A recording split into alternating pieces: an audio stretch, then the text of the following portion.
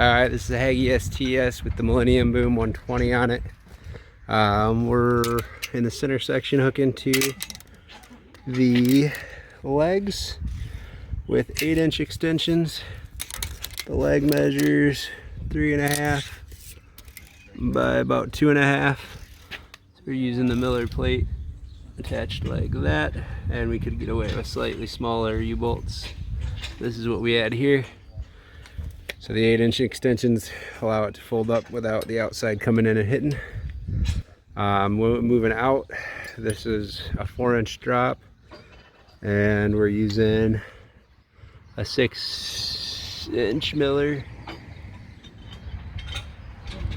1, 2, 3, 5-inch Miller with a 2-inch spacer block back there.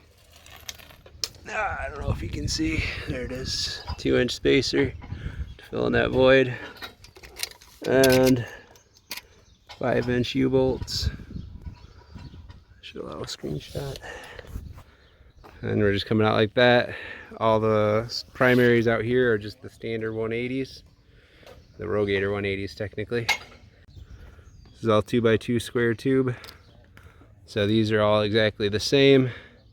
When you get out to where the saddle is, what we have done is just cut it off shorter and slide it down so that you've got 3 U-bolts. The saddle should hit right in here, and then hook on right here.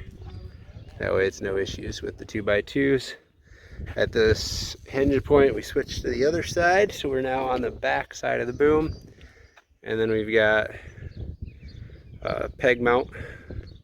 Be the 3 to 4-inch peg mount with 3.5-inch U-bolts, and then we've got some spacers tucked in back here that you can see there. We need to cut all of those U-bolts down so that they're not sticking out, and if we accidentally sent them to you without cutting them down, just make sure they're cut down so that the spring can swing freely. Sorry if we did that. We will try not to. Same thing, shims, 3 to 4. And all of these are the same with different amounts of shims, but just basically filling in the gap there.